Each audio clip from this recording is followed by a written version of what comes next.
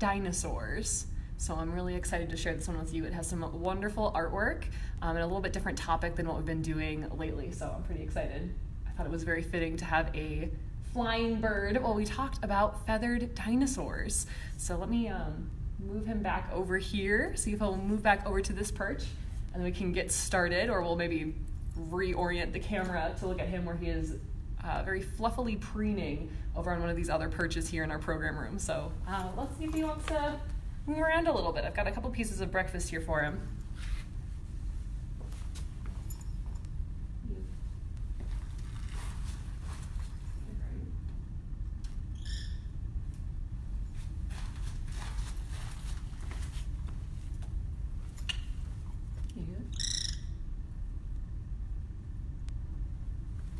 He was sitting here preening earlier while I was getting the camera and the phone all set up. I don't know if he got weirded out a little bit by the camera running or... So he might move around a little bit as we go. I figured we'd read first, and then we can do a couple little flight demonstrations as well. So he's had a little bit of breakfast here this morning. Hopefully he's pretty interested in eating some more of these little mouse pieces with us when we talk about feathered dinosaurs, and then we get to see a feathered dinosaur fly around. So this particular American kestrel behind me, we call him Mallor. He's one of our most commonly kind of working education birds that lives with us permanently here at the Raptor Center. He's about 8 years old this year. And he is trained to fly on cue in this room, usually for pieces of food like mouse or chicken are two of his favorites. We call him Mallor after those nice Mallor stripes or those black stripes on his cheeks. So we'll see if we can move him around a little bit. Otherwise, I'm going to start reading first, and then we'll see some flight demonstrations with him. See if maybe halfway through, if he's interested in coming back and sitting over here with us. Maybe I'll move this a little bit further back so he's got a little bit more space. Sorry, doing this on mirror is a little bit strange. There we go. Want to go back over here? No, he's going to sit over on that far perch. That's fine. So we're going to take a look at trying to wipe off my fingers so I don't get gross things on this nice book. I took off the dust jacket to help keep it clean, but we're going to be reading Feathered Dinosaurs by Brenda Z. Guiberson? And it's illustrated with these beautiful illustrations by William Lowe. Underneath the dust jacket with this beautiful feathered dinosaur. I'm going to take a look. On the inside we have, I'll get back to this because there's another picture on the other side of the cover. So, feathered dinosaurs.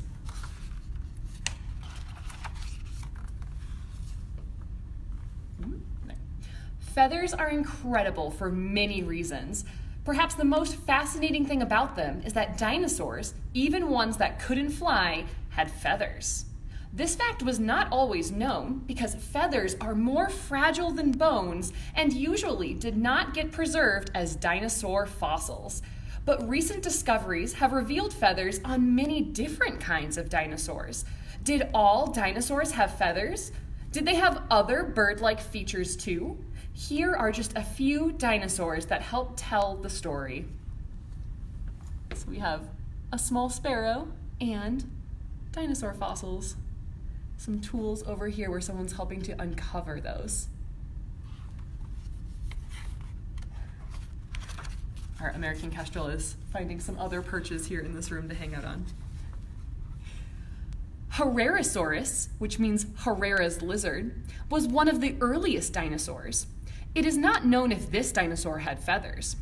During a time when there was less oxygen in the air, Huraira Soros could breathe better than other creatures, allowing it to run fast on 2 legs.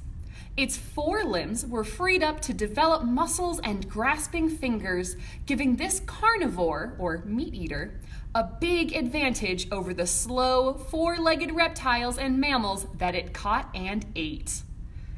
So here's this picture of 2 Hurairasauruses looking out over, looks like a canyon or something, looking for prey maybe.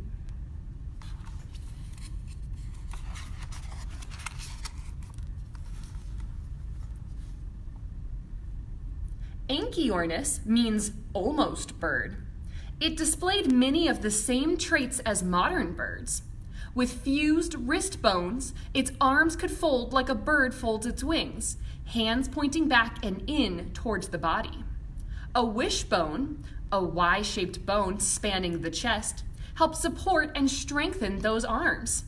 Though it could not fly, Anchiornis had soft, fluffy feathers and strong flight feathers too.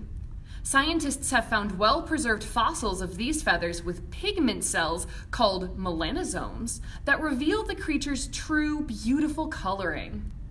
So this is an illustration that shows, as best as we can tell, the colors that this bird actually had, or that this feathered dinosaur actually had. Which is so cool, I think.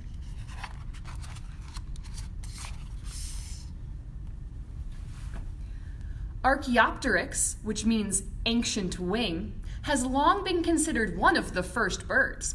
Like a modern bird, it had wings with flight feathers, a wishbone, an advanced brain, and clawed feet.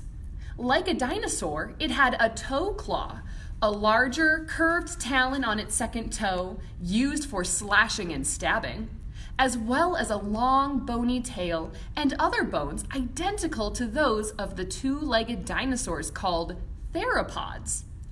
It also has sharp teeth that were great for catching dragonflies. So you can see those feet down at the bottom, the claws on its wings, and excellent teeth for catching those dragonflies. It's Archaeopteryx.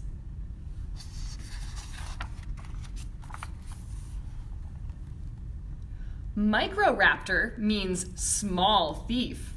This little dinosaur had flight feathers on both arms and legs to give it 4 wings. Some of the feathers were shiny and iridescent. A black coloring on the tips of those feathers came from pigment cells, which added structural strength and helped make it possible for this creature to glide through the air. It had claws designed for climbing, a long tail, and sharp teeth to snatch up insects. So you can see those shiny iridescent feathers. In today's birds, pigment in the feathers make those feathers stronger too. So birds with darker colors have stronger feathers. We have our, for anyone wondering who's just joining us, we have our American Kestrel is currently flying in this room. He's got a couple perches. I'll see if I can turn this easily. Oh, I might not be able to do it without knocking everything over. Right now he's preening on a far perch, so we'll get back to him in a few minutes.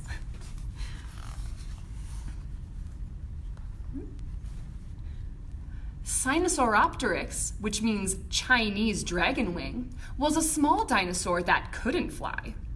It had a beautiful, eye-catching orange and white striped tail.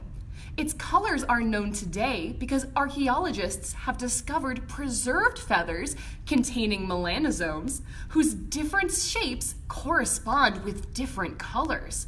While some dinosaurs of its time were eating the new flowering plants, this dinosaur was a fast, 2-legged carnivore.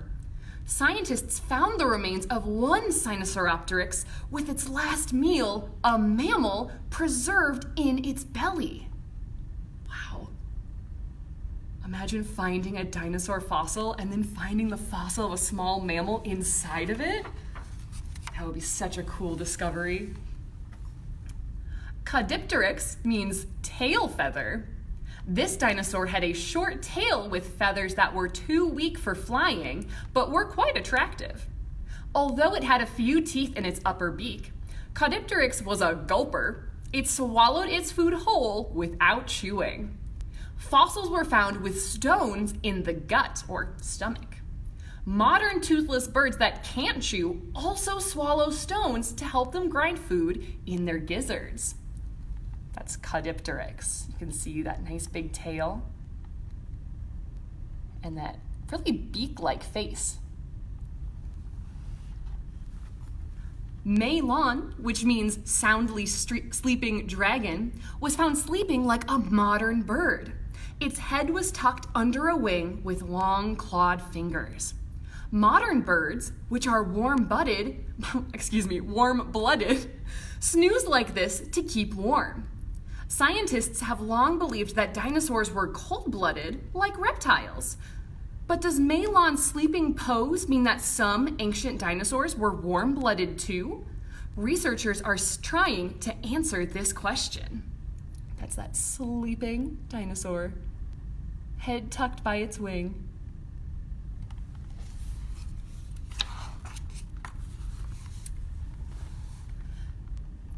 Chiripati means funeral pyre lord. This bird-like dinosaur was found sitting on a ground nest over a circle of 22 eggs. With legs folded under its body and wings spread wide to protect the eggs, it displayed a brooding behavior similar to that of some modern birds. It also had long hand claws and a toothless beak like a parrot's. So this, you can see that toothless beak. It does look a lot like that very strong beak that a parrot has. And that big nest full of eggs that it's sitting over. It's Chiripati. Eutyranus haughty was as long as a school bus, weighed 3,000 pounds, and walked on 2 clawed feet.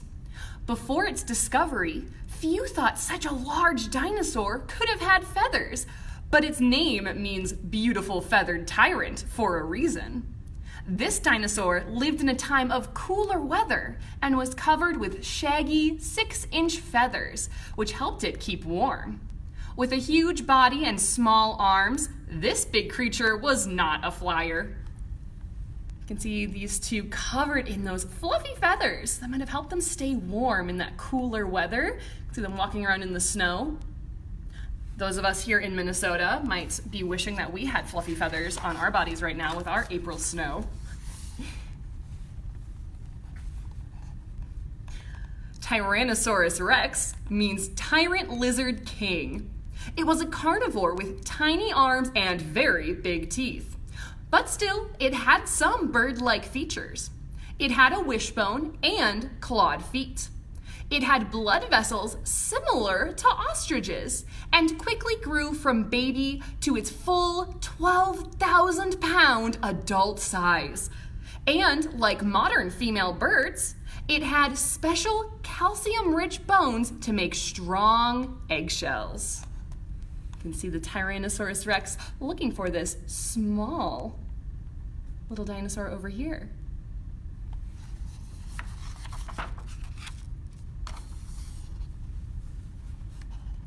Hesperornis, the western bird, was a diving dinosaur as large as a man.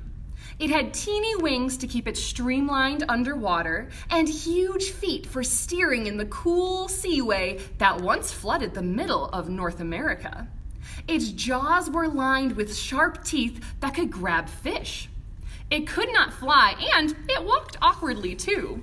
In this picture, you can see why. Look at those legs so far back on its body, using that toothed mouth to catch that fish.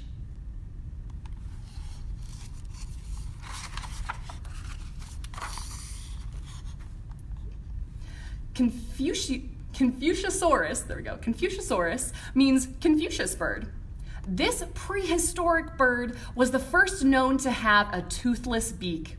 It was also the first to have a pygostyle, a fused bone at the end of its spine, instead of a tail. Several hundred complete fossils of this bird were found in China. Only some of them had long tail feathers that were not flight feathers. Their clawed arms were extra long to help them fly. So this is Confuciusornis. You can see some of them have the very long, maybe decorative tail feathers. And you see that toothless beak, those folded long arms that look very similar to wings.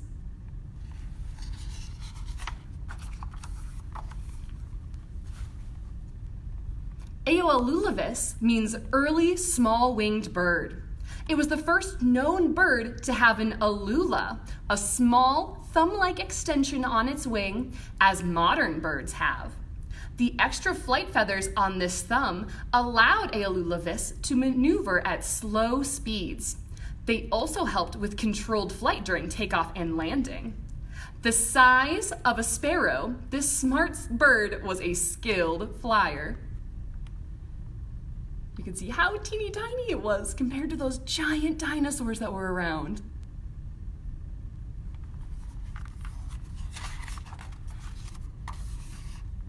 With recent discoveries, it now seems that many dinosaurs had at least some feathers, but only a few of these, the avian dinosaurs, survived and evolved to become modern birds.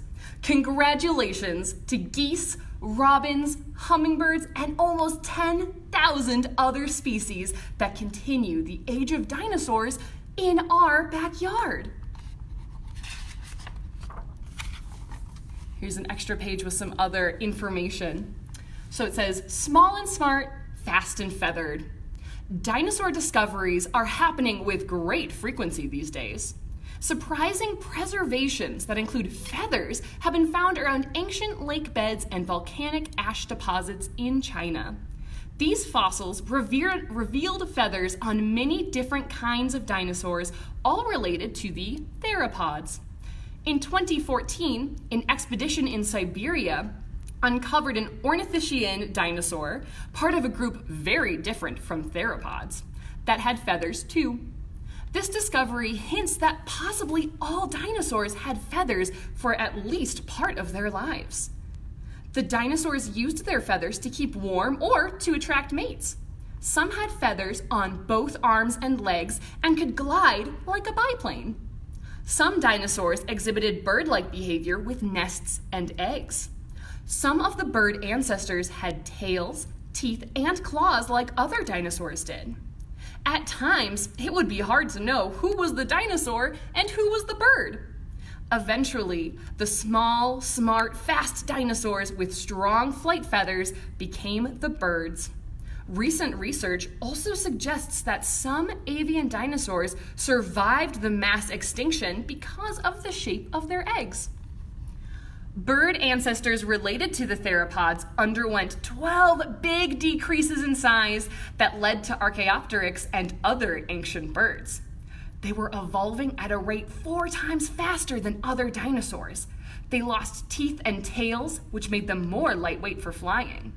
Long flapping arms helps them leap and climb.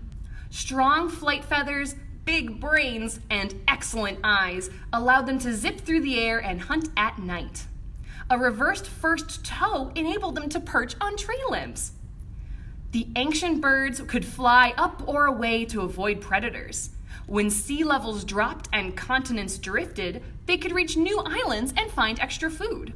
While the slow adapting huge dinosaurs were becoming extinct, the avian dinosaurs, the birds, were the survivors. Today, this beautiful, varied, and successful group can be found on every continent on Earth. Here's a variety of, I see a couple of dinosaurs, I see a couple of modern birds like this blue jay and this cardinal. There's some flamingos near the bottom. Nice array of different dinosaurs, avian dinosaurs. And then here, if you remember at the start of the book, we had this wonderful scene. In the back, we have what that would look like today. We saw it replicated from these models of fossils. You can see people as if they were visiting a museum or something looking at them.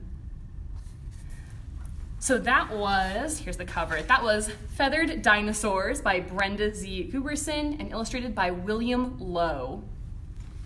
I did find a couple of other, if you're really interested in dinosaurs and avian dinosaurs and how we came to have birds, I did find a couple of very good resources for you before we fly this American Kestrel. If you check out, one of my favorite sites that I always recommend to people is the Cornell Lab of Ornithology. They have some really good resources for especially our K through 12 student learners. If you go onto birds.cornell.edu/K12, or just go onto the Cornell Lab of Ornithology site, you'll find some really cool lesson plans covering a huge variety of bird topics, but they have some really good activities for learning about how we came to have our modern birds. I'm also a really big fan of UC Berkeley. Has a really good website that helps teach people, again, of all ages about evolution and natural selection. It's evolution.berkeley.edu. It has some really, really great resources, again, for people of all ages to really brush up on some facts. There's a lot of really cool discoveries that have been made just in the last few years. So if you're looking for some information to help understand all of these amazing discoveries that we're making all around the world, that's a really good place to start. I'm gonna see if I can turn the camera because right now, oh, thank you. I'm gonna see if I can turn the camera right now. So I'm sorry if this is gonna get slightly shaky for a second because right now, our American Kestrel is hanging out over here on these perches. It's kind of where he's been sitting for the rest of the time. Right now he's looking pretty comfortable. Sorry, this is a little bit crooked. There we go. Right now he's looking pretty comfortable. He's just been sitting here and preening while we've been talking. So if anyone was wondering where he was at, it's been moving around on a couple of these perches. He's doing some preening. I'm gonna see if he's interested maybe in finding out if he's gonna be interested in eating some of these pieces of mouse that I have. So we'll take a look, see if I can pique his interest a little bit. Would you like a piece of this?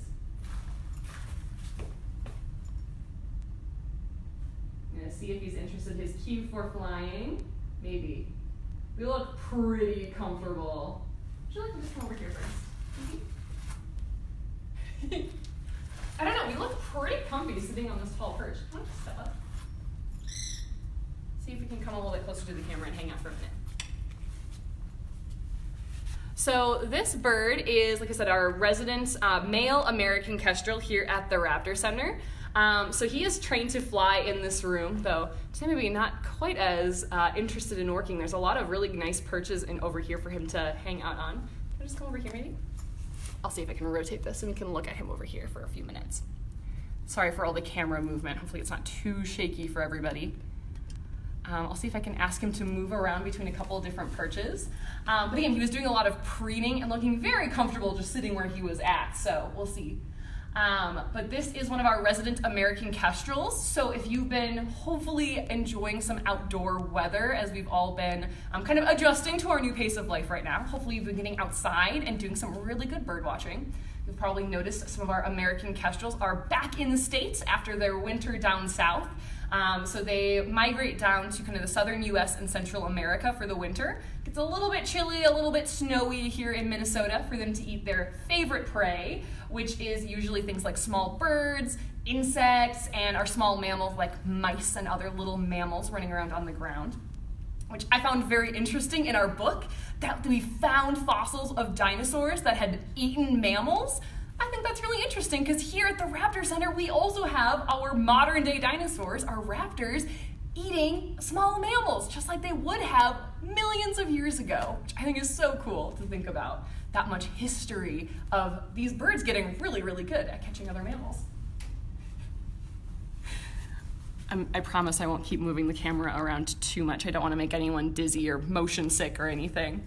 But I'll see if I can ask him to move around to a couple different perches. Like I said, I don't know how interested in flying we are today, but I've got some delicious mouse, which is his favorite. So I'm wondering if we can, very nice. So he's trained to move to a, yeah, you can hear that wonderful trilling noise. So his kind of cue, I'll see if I can actually do it over here. So his cue is when I tap on my glove twice. So if he's looking and paying attention right now, he's kind of looking around, but if I kind of tap on the glove, he knows, hey, if I come over to the glove, I'm gonna get a piece of food. Also, while I'm standing right here with him, you can see this wonderful blue coloration on his wings. Those of you who joined us last week would have seen a female American Kestrel. Unlike most other raptors, who usually look pretty much the same across the species with some general color variation depending on where you are in the country or kind of what habitat, American Kestrels actually look different for the males and the females, or the boys and the girls. So last week we saw a female American Kestrel with the nice kind of brown and black striped wings. The males have these very flashy blue wings. They also, I'll show you a view of his front. Instead of having stripes on his chest and belly, he has little polka dots on his belly. So I'll see if we can see those a little bit closer up here for our next little flight here. I'll see if I can back up a little bit. Ready? So you can see, if he stands up straight, you can see he's got a kind of plain, kind of brown chest, and on his belly, kind of right above his legs, he's got little polka dots. The little noise that I'm making like a little clicking noise. So I'll see if I can send it back over there. Can you go over there? So the little clicking noise I'm making is what we call a bridge. If anyone here has ever clicker trained their dog or any other animal, people can do that with horses and things too. It's kind of the same thing, except I only have my 2 hands and one of them's covered in mouse pieces and one of them is the one I need him to land on. So I don't have a spare hand to operate a little clicker, so I have to make my clicking noise myself. And so basically what I'm doing is I'm telling him, yes, this is exactly the thing that I asked you to do. You started flying when I tapped on my glove. That means you're gonna get a piece of food. So I want him to know that right away, so that way in the future, if I ask him to fly to the glove, he really knows, yes, I'm gonna get a delicious piece of mouse. I'll do one more little flight, and then I've been seeing a couple of questions coming up, and I don't wanna miss out on those. But I wanted to get a couple of nice little flights in here with all of you in here. I haven't really done a Facebook Live flight before, so this is very interesting for both of us, I think. You can also see that nice tail flicking. That is really helpful for identifying American kestrels out in the wild. You'll see them, I usually see them when I am a passenger in a car. Please do not birdwatch and drive.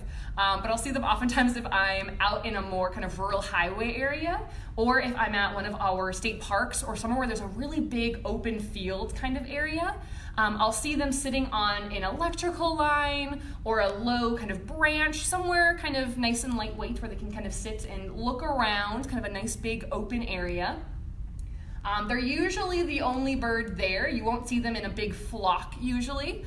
This time of year as they're having their young, soon here as we get into maybe more like June and July, or May and June, maybe more like, maybe July. You might see them with their young, so it might be the only time that you'd see them kind of congregating or kind of all grouped in an area.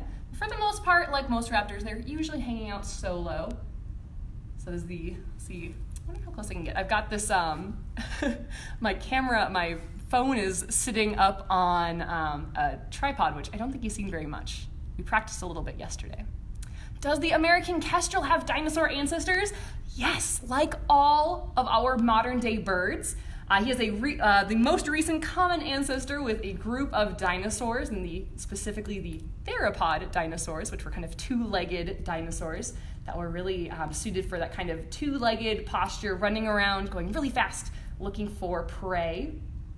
Now, that was a very long time ago, though. In fact, what we know now as a lot of our modern bird groups had already split off from most dinosaurs before the dinosaurs went extinct, and that extinction event was around 66 million years ago. So that was a really long time, and what we think happened is birds started to diverge from, we started to see the origins of birds within dinosaurs up to around 160 or 170 million years ago. So long ago. So they started splitting off quite a long time ago, which makes sense. There was a lot of changes that would have had to happen to have such specialized flyers. Specialized enough, for example, that we can have this bird. He weighs about 1/4 pound. This morning he weighed about 120 grams, which is about 120 paper clips, if you think of that. What I usually tell people is that that's about the same weight as 1 stick of butter. So if you go into your fridge and you take out 1 stick of butter, that's about how much he weighs. So pretty small, pretty lightweight, but still able to, out in the wild, our American kestrels are hunting things like mice or other birds. They're also really good at catching things like dragonflies and grasshoppers. This particular American kestrel is with us. Even though he has some wonderful flight in this room, he actually injured a bone in his wrist. I'm showing you my wrist. His wrist, which is kind of, if you look at the top of his wings, like, we think of it as it looking like his shoulder, but that's actually their wrist joint kind of bent in against their body like this. So he injured a bone in his wrist. And so the way that it was injured is it healed pretty well, but not well enough to give him 100% the flight ability that he would need to have to live out in the wild. They need to have excellent acrobatic flights to be able to catch their prey and to escape from predators. even though this is a very impressive hunting bird, there are larger raptors, as well as our ground animals like cats or dogs, or raccoons or foxes, things like that, that might want to eat an American kestrel too. So they need to be pretty speedy and very acrobatic, and his flight isn't just quite not good enough to be able to be released back out to the wild. So he has lived here at the Raptor Center teaching people about American kestrels for most of his 8 years of life. You just saw him do a wonderful behavior called feeking, where he's cleaning off his beak. This actually also helps to sharpen their beaks as well. Out in the wild, they would be rubbing their beaks on things like branches or rocks or things like that. And so rubbing their beaks on all those different materials will help kind of sharpen and wear them down. Like your fingernails and your hair, his beak is always growing. So that way, they need to be able to wear that beak down. Oh, thank you for answering each other's questions. Yes, he weighs about 120 grams. Absolutely. I know, thinking about how long ago 60 and 65 and 66 million years ago is, when you think about how old we are, it seems like such a long time. I think it's so cool to think about. I'm going to scroll back and I'm trying to look at I saw some questions from the beginning that I didn't see. All right. Lots of people watching from so many different places. I'm so glad that you enjoyed talking about dinosaurs. I know a lot of people have a huge fascination with dinosaurs. I know I certainly did for a really, really long time. A really good question, why can't dinosaurs be alive today? And, well, I will say, in certain ways, we do have dinosaurs. We have animals whose beginnings go way back to before dinosaurs went extinct. So in a sense, we do have some living dinosaurs around today, like birds. So we have our crocodiles. We have a lot of animals alive today whose kind of family trees stretch all the way back to the time of the dinosaurs, which is so cool. But specifically all those animals that we think of as dinosaurs, like the Tyrannosaurus Rex, those animals, there was actually a really big extinction event. And what happened, as best as scientists can figure out, we're still kind of perfecting the theory, but as far as we can tell, there was a giant asteroid that hit the Earth about 66 million years ago. And it hit down near what is currently Central America, near the Gulf of Mexico. And when it hit the Earth, it caused such widespread damage. We have to go to the perch behind me. It's a much more stable perch than my hand jiggling around. So when the asteroid hit the Earth, it caused a ton of problems. It made the overall temperature of the Earth colder because all of the debris that it threw up into the air kind of blocked the sun, so it made it colder. It also released a lot of compounds into the Earth that had been kind of down in the ground, and those all went into the oceans, and so it made the oceans really acidic, and so that actually ended up causing the extinction of a lot of our marine animals as well. And so we have a lot of ecosystems that rely on those marine animals, like our mollusks and our plankton and all sorts of these tiny animals in the oceans that a lot of larger animals eat. And so since a lot of those went extinct, a lot of animals that rely on them went extinct as well. So around 3/4 of all life on Earth, including plants and animals and our insects, all of those went extinct. And so a lot of dinosaurs were too big to survive a lot of those changes. Most of the animals that survived were smaller animals like birds and our small mammals. The estimated weight is that most of those animals that survived were under 55 pounds, and that made them very small, very flexible, very able. That was a very acrobatic flight. That small size made it very easy for them to adapt to new environments, like being able to tunnel underground, being able to kind of find different places to live. So that's why we don't have any of what we think of as our really big dinosaurs. They just weren't able to survive the really rapid changes in the environment that happened around 66 million years ago. So that's why we don't have them around now. So the very small, very kind of flexible animals that were able to survive, like our mammals and our birds. How does moving his beak? Yeah, so when he was feeking or kind of rubbing his beak, my glove isn't a very rough surface, but if he was out in the wild on like a tree branch with nice thick bark, or found like a nice rock to rub his beak on, something like that. It would kind of file it down, kind of like we might use a nail file to file our fingernails or our toenails down. Since his beak is made out of the same material as our fingernails and toenails, keratin, kind of works just like that, kind of filing it down, similar to how we might use a nail file. Oh, wow, we have folks watching from all over the place. Somebody from Indiana, that's awesome. How fast does he fly? So American kestrels, you can probably see, he's got a pretty speedy flight speed. Usually for American kestrels, like if they're migrating, they might be traveling around maybe 30, 40 miles an hour or so. I've seen numbers that when they're kind of really swooping down very quickly to grab onto food, they can maybe top out at about 50 or 60 miles an hour. They are falcons. They're actually the smallest falcon we have here in North America. They're not even the smallest falcon in the world.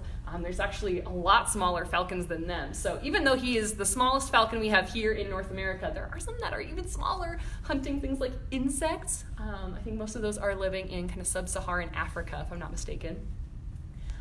So pretty tiny, but they're able to kind of swoop down and grab onto kind of animals living on the ground. So not quite as fast as their larger falcon cousins, like the peregrine falcon or the gyr falcon. Peregrine falcons famously are able to dive down and catch their prey, going over 200 miles an hour. But they're so much smaller, it would be hard for them to build up that fast speed. They're just not able to fall as fast as the speedy peregrine falcon can. They need to be able to fly pretty fast, though, to be able to escape from their predators. So I was talking about earlier, there might be other raptors, like a Cooper's hawk especially is one of the main predators that we think about for American kestrels.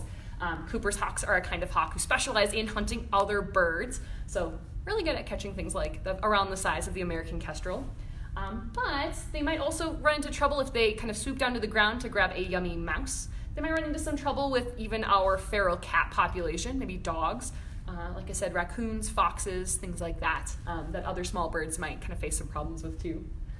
See if he's interested in one or two more flights. He has, I don't know if you can probably see in here right now, but he's got one foot tucked up underneath him, looking pretty comfortable. See if we have one or two last few questions. For those of you who are curious or want to look them up, the American kestrel, the kestrel part is Kestrel. It comes from a French word that I looked up earlier that means, if anyone remembers those old noise-making toys that has like a ratchet in the middle where you swing it around and it makes a kind of noise, it sounds a lot like the call of these very small falcons. So it comes from the French word Kestrel, and so that's where you get the word kestrel. It just means a very small falcon, and they have that really distinct kind of ratchet-sounding call. Someone wants to know if we ever release any of our raptors back into the wild. Absolutely. So for those of you who maybe haven't been to the Raptor Center or are new to our community, the Raptor Center, our main operation is really as a clinic. So we actually have a hospital. It's below my feet right now downstairs, where we currently have birds who are being rehabilitated or kind of healed up in this hospital to be able to be released back to the wild. The birds that I have up here and that we're seeing kind of up close in these videos are all birds who cannot go back to the wild. It wouldn't really be safe or healthy for them to go back. They need a little bit of help from people. So Mallard, this American kestrel here, is with us because he's just not able to fly well enough to survive on his own out in the wild. Let's see, what are our two last questions? Somebody's asking if Mrs. Griffin is my mom. Yes, she is. Are we asking what the perches are made of? I see, this one is actually a PVC pipe that we added some AstroTurf to, which works really well for keeping their feet nice and safe. Yeah, really nice questions. All right, I'll see if I can do one more little flight here, and then we will see you all again. Are you interested? Do we want to do one more little flight? I think we do. You can see how it kind of perks up there. You ready for one more? So with all of that, we will see all of you hopefully next week for another session of Reading with Raptors. If you have any more questions about either feathered dinosaurs or American kestrels, you can leave them in the comments and we'll get to anything that I didn't get a chance to answer on the video. Otherwise, he's going to finish up eating a little bit of mouse, And then he'll go back outside to enjoy some kind of cool spring weather. I hope you all have a great rest of your day. Keep staying safe and healthy out there. Get outside and enjoy all of the birds that are migrating in right now. Everyone have a great rest of your day. Thanks so much for joining us.